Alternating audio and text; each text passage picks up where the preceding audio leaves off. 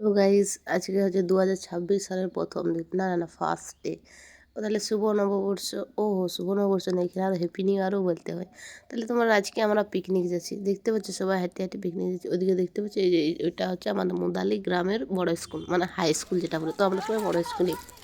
ওইখানে রাস্তার কাছে একটু ভিডিওটা করতে পারিনি, কারণ অনেক লোকজন ছিল। দেখাটি এত ফুর্তি দেখো, আস্তে আস্তে একবার করে ফেলা ফেলি ই পাই ধরে ধরে দিয়া দি হচ্ছেই নেই, ধরে দিতে পারছি। তবে আমাদের পিকনিকের সদস্যের সংখ্যা ছিল 10 জন।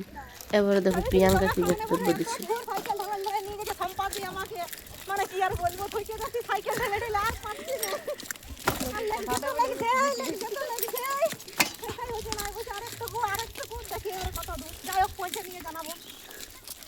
প্রিয়াঙ্কার বক্তব্য শেষ হয়ে গেল। এবার এখানে রান্না বান্না আগুন ধরাধরি ব্যাপার ছিল। সেই সময় আমার ভিডিও করে দেওয়ার লোকও ছিল না, আর আমার ভিডিও করার সময়ও ছিল না।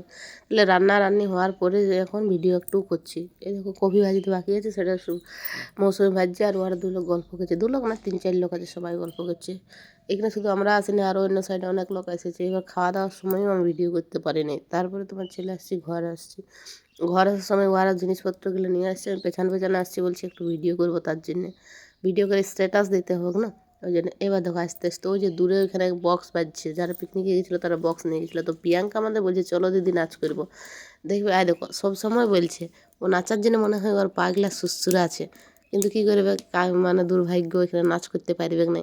এবার আরও বলছে, একটু পরে পরেই বলছে চলো না চলো নাচ করবো চলো।